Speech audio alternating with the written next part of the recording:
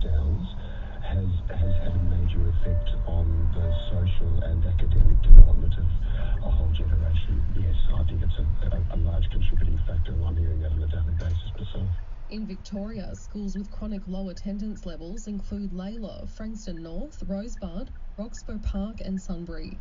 Australian households are being urged to make sure they're prepared for bushfire season amid another week of warmer spring weather. Several fire warnings remain in place across Queensland, including a prepare to leave warning for a rural part of Bundaberg. Firefighters say conditions in the last few months have made things difficult. The Rural Fire Service is advising residents to make sure they're ready as the hot weather draws closer. The Australian Christian Lobby says the draft euthanasia bill for the Northern Territory is the most radical version proposed in Australia.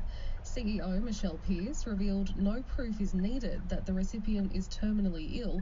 People with mental health issues and doctors can freely suggest patients take their lives. She told Vision Radio it's the worst she's ever seen. Yeah, the green car ran the red. Definitely going straight through, didn't stop.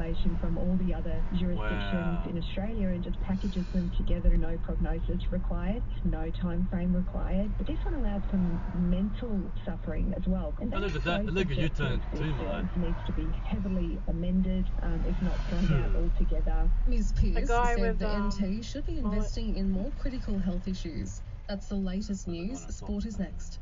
This bulletin is sponsored by the Superbook Streaming Club. Superbook is a Bible-based animation series created to teach children timeless moral truths and life lessons. See superbookclub.org.au. Adam Gilchrist is urging cricket selectors to backhand Sam Constas. The 20-year-old battled for runs on the tour of the West Indies, passing 20 just once in 3 tests. The former captain says Constas should open the batting for the first Ashes test.